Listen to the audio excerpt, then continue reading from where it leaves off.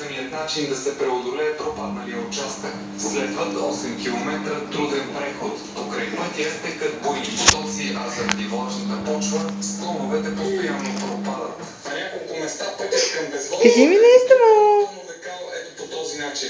Това реално е свлачище в истинския смисъл на дума. Да.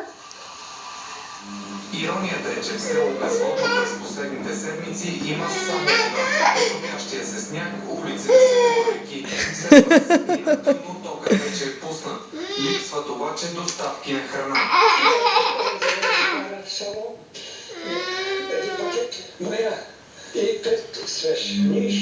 Сега. Хората в селото се прехранват Чакай да дам и животни. С пропадането на единствения път няма как да се достави фураж. Ей!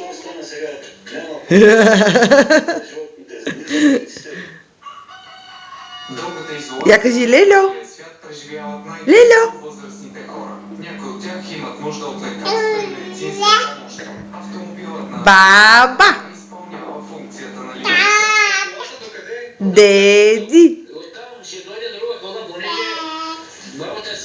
Тата! Път да свършат съвсем скоро кметският наместник. Днес Кака! на обходен горски път около пропадналия участък. Къде е кака? Възстановяването на Няма я! отнеме месеци.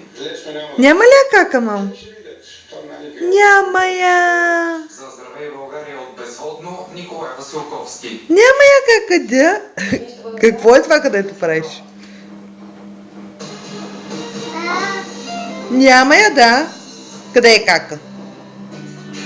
Вкъщи. Бетовен 4, неделя. Тати е на работа. Виж това.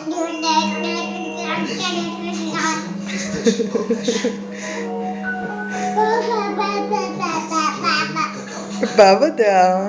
И баба е на работа. И залит в леко тесто.